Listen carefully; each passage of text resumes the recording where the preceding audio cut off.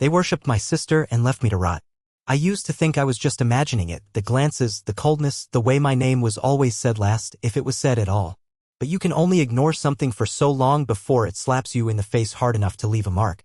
My name is Nathan, and in my family, I was never the golden child. That title belonged to my sister, Elise. Older by 4 years, valedictorian, piano prodigy, all-state athlete. She was the walking embodiment of perfection, and my parents practically worshipped the ground she walked on. Elise could do no wrong. If she forgot to take out the trash, it was because she was stressed. If I forgot, I was lazy. When she came home late, Mom would wait up worried. When I did, I was grounded for a week.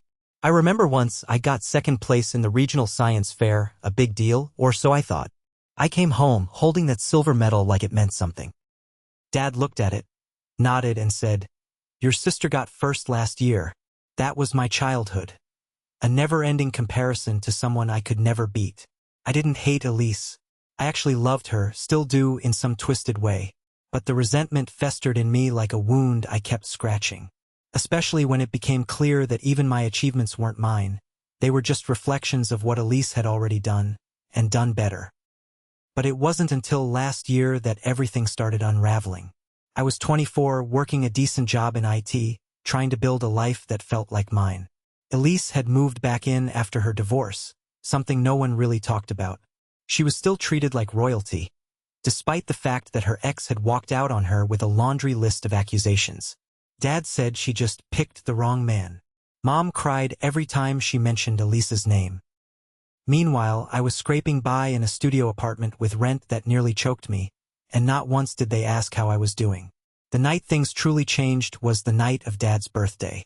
I remember it vividly.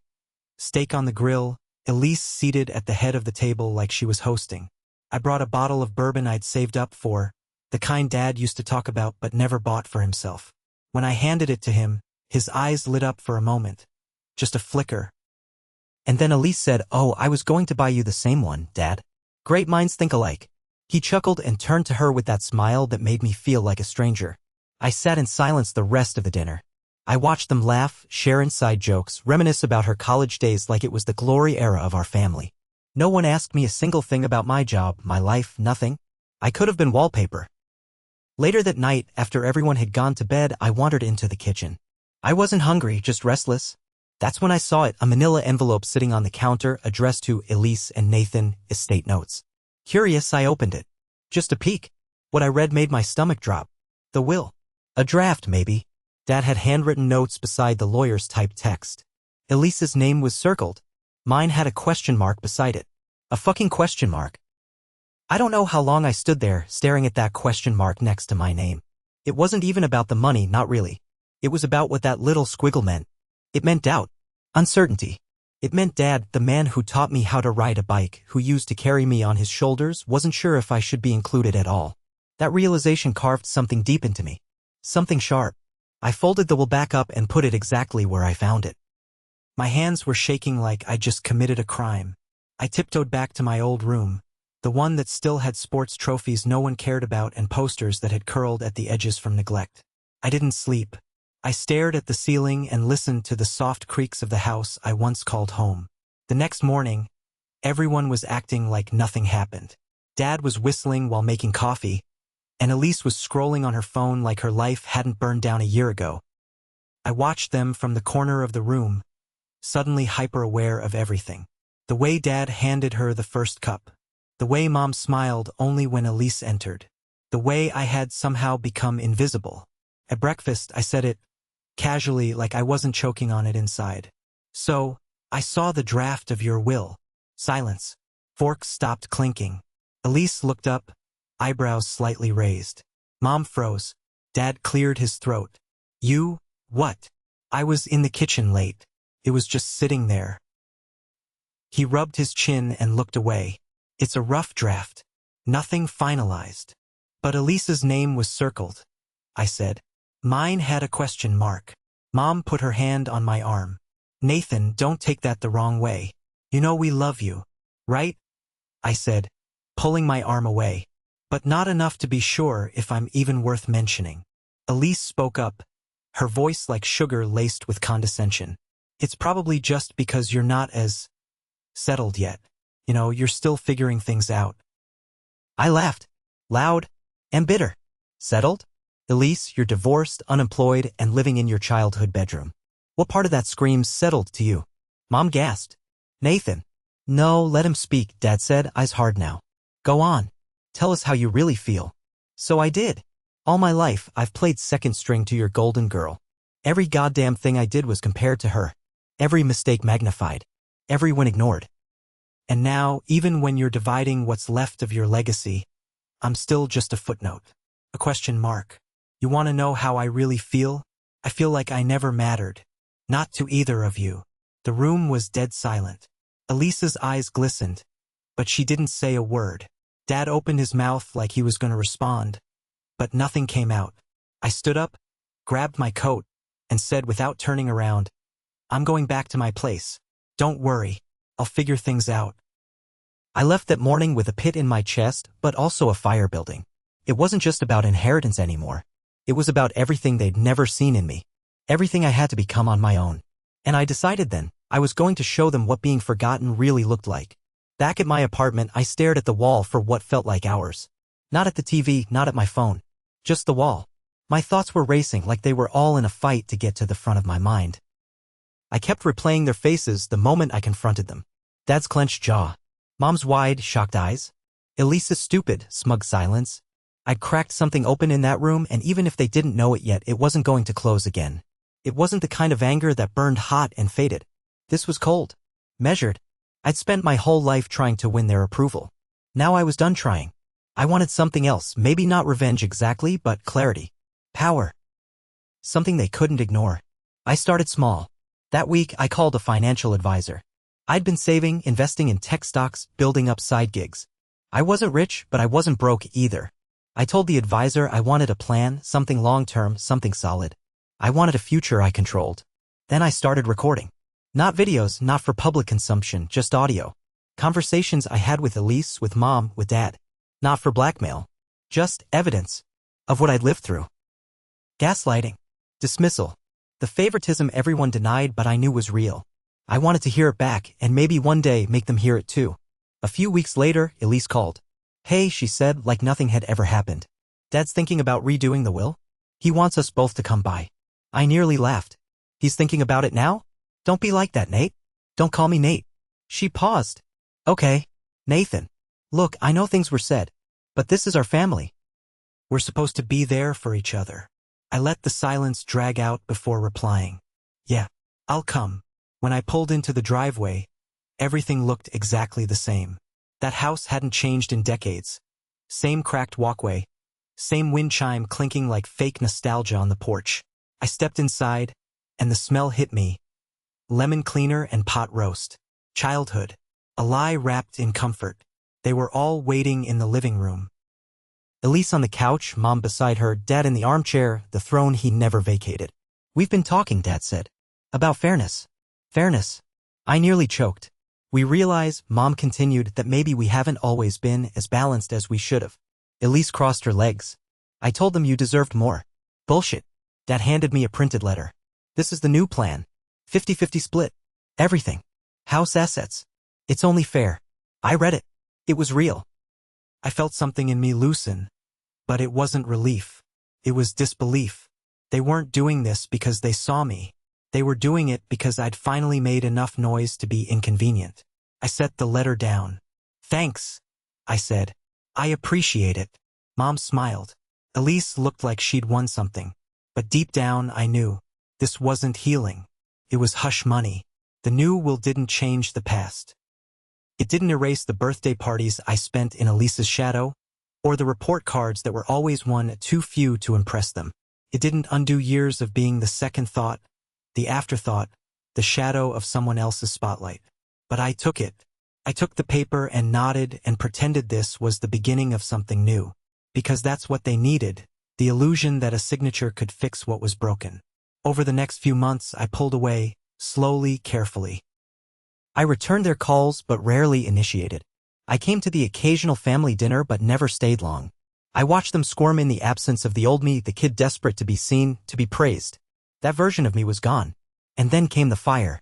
Not a literal one, but close. Elise's life, the polished version, began to crumble again. She'd been dating someone new, a lawyer, older guy. But he turned out to be married. The fallout was fast and brutal. She lost her job again, though no one would tell me why. Mom cried on the phone. Dad said, "She's going through a lot." Same old tune. One night, I got a text from her. "Can I crash at your place for a bit? Just until I figure things out." I stared at it for 10 minutes. Just sat there, reading it over and over like it might change. Then I replied, No explanation. No apology." She called, of course. Voicemail. She texted again. "Nate, come on. You don't mean that." I did. I didn't respond. And for the first time in my life, I didn't feel guilty. I felt free. The next family gathering was awkward. Easter. I walked in and the air was thick with unspoken things. Elise was there, pale and quiet. Mom hugged me too tightly. Dad kept avoiding my eyes. We sat at the table, ham, potatoes, awkward smiles. Elise wouldn't meet my gaze. Then Dad said something I'll never forget. "You know, Nathan, this family's been through a lot. Maybe it's time we all forgave each other." I put my fork down. "Forgive?" Mom flinched. "I didn't cheat on a husband. I didn't manipulate anyone. I didn't raise 2 kids like one was disposable," I said. "So, you want forgiveness? Cool. But maybe start by asking the right person." Dad's eyes hardened. "That's enough." "No," I said. "It's not. It's barely even the start." Elise's lip quivered. "I never asked to be your competition, Nathan." "And yet," I said, "you played the part so well." Mom started to cry. I didn't care. Not anymore. "You always wanted me to act like the bigger person," I said. "Maybe I was. But I'm done shrinking myself so you all can pretend you didn't mess this whole thing up." I stood. "Nathan," Dad warned. I looked him dead in the eye. "You made your choice the moment you wrote a fucking question mark beside my name." I left their house that night and drove without knowing where I was going. Not out of rage, but clarity. That kind of peace that comes after you stop begging to be understood. The roads were dark, the town quiet, and for once so was my mind. When I got home, I poured myself a drink and sat in the silence. Elise's words kept ringing in my head. "I never asked to be your competition." And maybe she hadn't, not at first. But somewhere along the way, she noticed the power in being the favorite, and she used it. I thought back to when we were kids. Elise always got the bigger room, the newer backpack. If we both got sick, she got the special treatment. I remember once when I broke my wrist falling off my bike, Mom told me, "Don't be so dramatic." Elise scraped her knee the week after, and it was like the whole house shut down in mourning. But those were little things, right? Things you're supposed to get over. Except they stack, one on top of another until they turn into something too heavy to ignore. A few days after Easter, I got a call from my aunt Dad's sister. She rarely reached out, so I knew it had to be something. "Your mom's in the hospital," she said. "It's not serious. A fainting spell. But your dad. He's been a mess." I thanked her and hung up. Then I debated what to do. Old Nathan would have rushed over. Dropped everything. This Nathan, the one who'd grown tired of being an afterthought, took a breath. I visited the next morning. The hospital room was quiet. Mom looked small in the bed, paler than I remembered. Dad sat in the chair beside her. His hands clasped like a prayer he wasn't sure would be answered. "Hey," I said. They both looked up, startled. "Nathan," Mom whispered. Her eyes watered. "You came." I nodded but didn't move closer. "How are you feeling?" "Better. Dizzy still." Dad stood. "I should get coffee." He left the room like a man desperate to escape. I took the seat he vacated. "I didn't mean for it to be like this," Mom said. Her voice cracked. "I don't know how we got here." I kept my eyes on the window. "You wrote a question mark beside my name, Mom." Tears slipped down her cheeks. "It was your father's draft." "I didn't." "I should have. You had decades to see me. You chose not to." "I didn't choose. She stopped herself. "I always thought you were stronger." That did something to me. I looked at her then. Really looked. "I was strong," I said. "I still am. But strength isn't the same as being okay." She reached for my hand. I let her, but I didn't squeeze back. "You're not the villain," I said quietly. "But you're also not blameless." She nodded slowly, like she finally heard me for the first time. We sat there, not speaking, just breathing in a space filled with everything we never said. When Dad returned, I stood up. "She's doing better," I said. He nodded. Then I added, that doesn't mean we are. And I walked out. After the hospital visit, something shifted in me. Not bitterness, that was already worn out, but finality. Like I'd finally closed the book on needing their version of love. I didn't block them. I didn't ghost anyone. I just stopped showing up for roles I never auditioned for. Elise called me a few days later. You really told them off, huh? I said nothing. They're still shaken, she went on. Dad keeps rereading that will like it's cursed. That's not my problem, I said. She let out a dry laugh. You've changed. Maybe I just stopped pretending. There was silence, then something new in her voice, caution. Look, I know we've never been close. I probably leaned too hard into being their golden child. But it wasn't easy either. That surprised me. Could have fooled me. I felt like I had to keep earning it, she said. Every grade, every job, every relationship, I thought if I slipped up once, they'd finally look at you instead. And I couldn't let that happen. Her words didn't land like an apology. They landed like a confession. Funny, I said. I spent years thinking I wasn't enough. You spent years terrified I'd become too much. Another long silence. Then she whispered, maybe we were both screwed. That night I couldn't sleep. Her words lingered. Maybe we were both trapped in the same system, just on opposite ends. And maybe our parents never meant to build that system, but they sure as hell didn't dismantle it either. Still, understanding her didn't mean I trusted her. A week later, Mom called to invite me to a family meeting. Her tone was hopeful, forced. Your father and I think it's time we all reset. I said I'd come, mostly out of curiosity. The meeting was awkward from the start. Elise was already there, seated stiffly. Dad looked like he'd rehearsed a speech. Mom poured iced tea like we were still pretending this was a normal family. We've been talking, Dad began, and we realize we've made some mistakes. I sat back and folded my arms. We want to do better, Mom added. Start fresh. Then Elise spoke. We thought about family therapy. I blinked. You want to drag me to therapy now? After 30 years of treating me like the afterthought. It's not like that, Dad said. We want to heal. I looked around the room. You want to heal the version of me that makes you feel less guilty. Not the real me. Nathan, Mom pleaded. Please. I shook my head. You don't get to cherry pick when I'm worth listening to. You want therapy? Start without me. When you're ready to own your shit, maybe I'll think about showing up. I got up to leave. Nate, Elise started. Don't, I said. Just don't. And I walked out again. But this time I didn't feel anger or pain. I felt control, like I'd finally rewritten the rules of the game. Back at home, I opened the folder I'd kept for years. Old report cards, letters I never sent, photographs where I'd been cropped out emotionally if not literally. I looked at them all, then fed them through the shredder one by one. It wasn't revenge. It was release. The shredder purred like a quiet little beast as it devoured the evidence of my younger self. The one who thought if he just tried harder, loved louder, maybe he'd finally earn a spotlight in that house. That boy had waited long enough. And honestly, he deserved to rest. I started journaling again after that. Nothing elaborate, just thoughts, reflections. I wrote down things I wish someone had said to me when I was 15, 20, even yesterday. Maybe it was therapy. Maybe it was preparation. Maybe it was just me trying to piece together the version of my life that felt real. Then, in the middle of a quiet afternoon, I got a text from Elise. Can I talk to you? I need to tell you something. I almost didn't reply, but curiosity has a way of overriding caution. We met at a small coffee shop downtown. She looked different. Not the glamorous, put-together Elise from family photos. Just a woman with too many layers of pain and pride covering a very tired soul. I think you should know, she said, eyes darting down.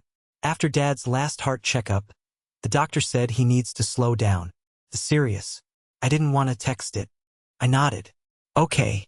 She hesitated, then added, and there's something else. This part I didn't expect. When we were teens, there was the scholarship you were shortlisted for.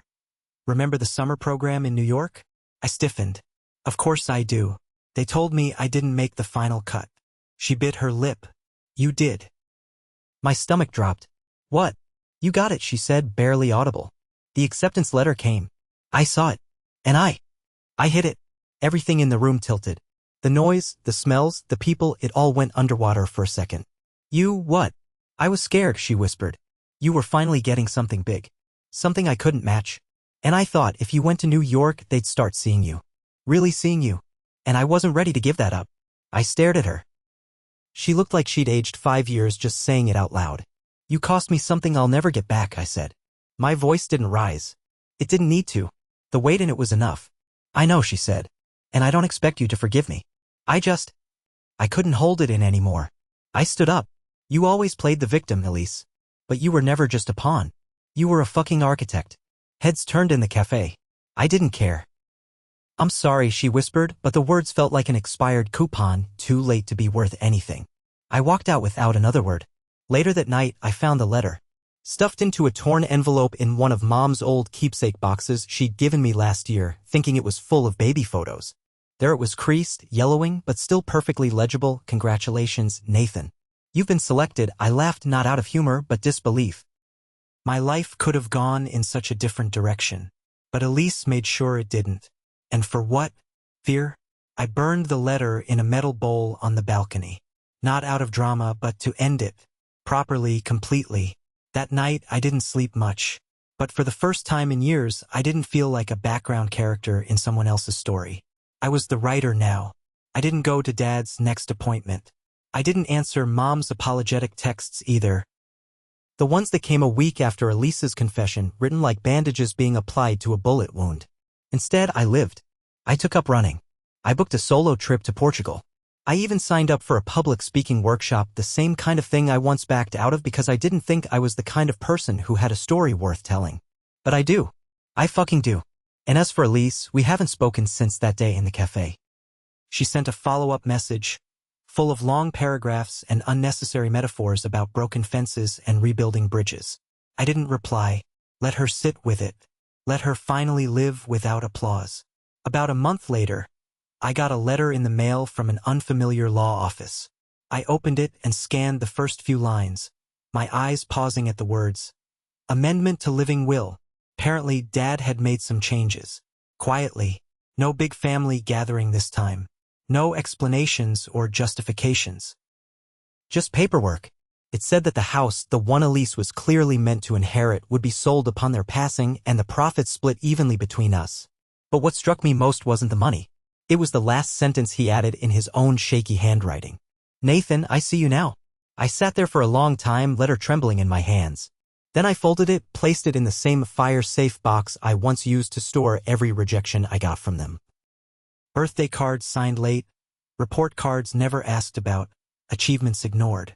But this one I kept. Not because I needed his validation anymore, but because I deserved that truth, even if it came too damn late.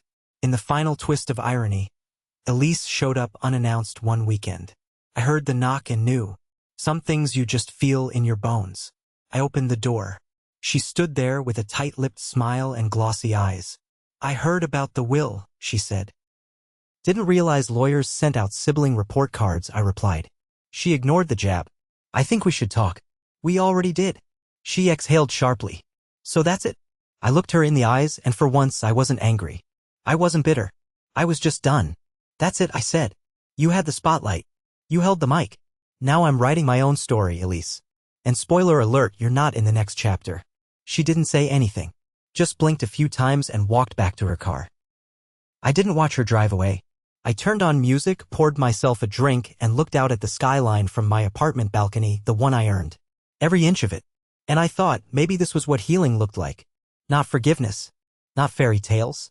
Just the choice to stop bleeding for people who only ever handed you knives.